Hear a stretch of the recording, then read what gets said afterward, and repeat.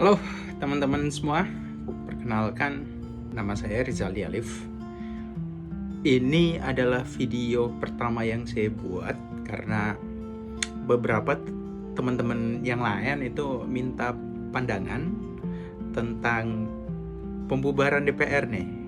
Kan kemarin heboh demo tentang DPR harus dibubarin. Kenapa harus dibubarin? Karena tidak berempati besar kepada rakyat. Nah, dari pertanyaan itu ada yang menyarankan, "Bang, buat video dong." Nah, ini mumpung lagi free, saya pengen buat video singkat tentang pandangan saya berkenaan dengan apakah DPR bisa dibubarkan atau tidak. Dan ini kemungkinan akan diupload di YouTube sebagai video pertama juga, karena kemarin ada kawan saya, ada 2 orang kawan saya menyarankan, ayolah mulai sekarang silahkan buat video untuk minimal bisa mengedukasi teman-teman lainnya dan membagikan apa yang bisa dibagikan dari apa yang kita ketahui, walaupun itu hanya secuil. Nah, kembali ke pertanyaannya, gimana pandangan saya itu soal pembubaran DPR? Sorry to say, bukan tidak berempati kepada teman-teman yang sedang melakukan aksi, yang memprotes DPR. Saya pribadi juga waktu dulu mahasiswa tukang demo juga. Tapi teman-teman, kalau kita minta membubarkan DPR itu agak mustahil. Kenapa seperti itu? Karena kalau kita lihat dari perspektif teorinya dulu nih, di dalam struktur ketatanegaraan kita mengenal ada, ini udah lama banget, untuk teman-teman yang belajar hukum pasti udah ngerti. Ada teori dari Montesquieu itu soal trias politica. Nah, trias politica ini terdiri dari lembaga eksekutif, lembaga legislatif, dan lembaga yudikatif. Nah, eksekutif ini kalau dalam struktur ketatanegaraan kita itu adalah presiden. Itu selaku eksekutor.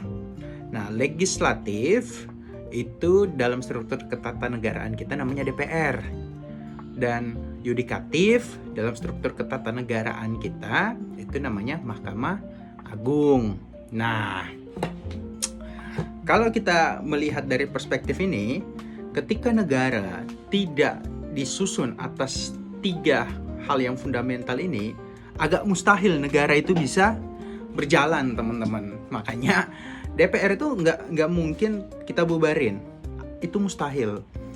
Kita hanya mungkin untuk mengedepankan demokrasi dan demokratisasi di dalam pemilihan anggota dewan, agar yang diletakkan di sana orang-orang yang memiliki memang jiwa common sense terhadap situasi dan orang-orang yang peka terhadap derita rakyat gitu. Jadi bukan lembaganya yang dibubarkan. Sama seperti kalau teman-teman bilang polisi banyak oknum yang kurang elok tingkah lakunya, terus kita bubarin polisi, nggak mungkin.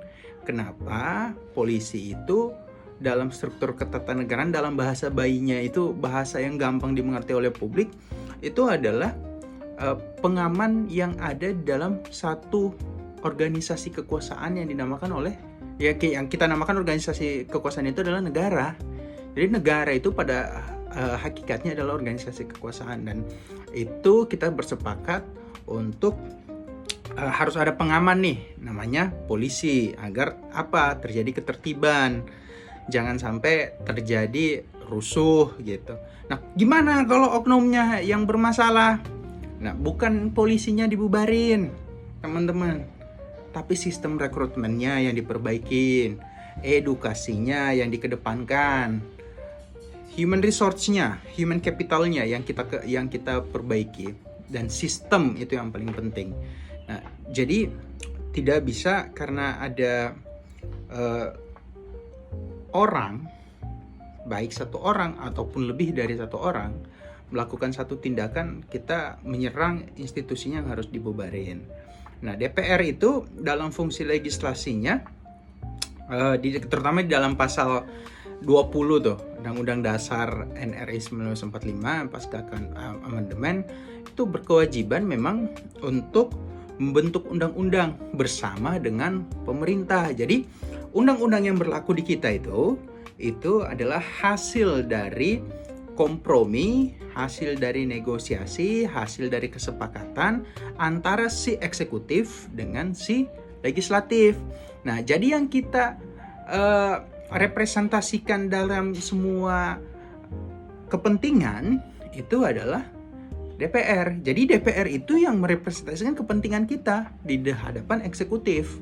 Jadi gitu, misal kita undang-undangnya itu ada membutuhkan undang-undang yang baru, terus kita menyuarakan ke DPR. Nah, DPR itu kemudian mengusulkan ada rancangan undang-undang, kemudian itu nanti disepakati bersama dengan pemerintah.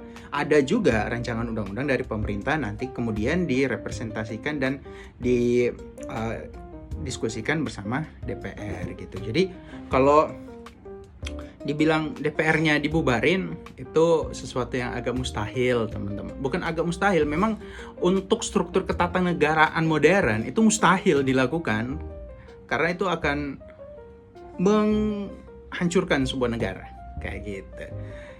Ini video pertama, semoga video-video ke depan itu ada yang bisa lebih maksimal debatnya gitu, teman-teman. Makasih. See you on the next video.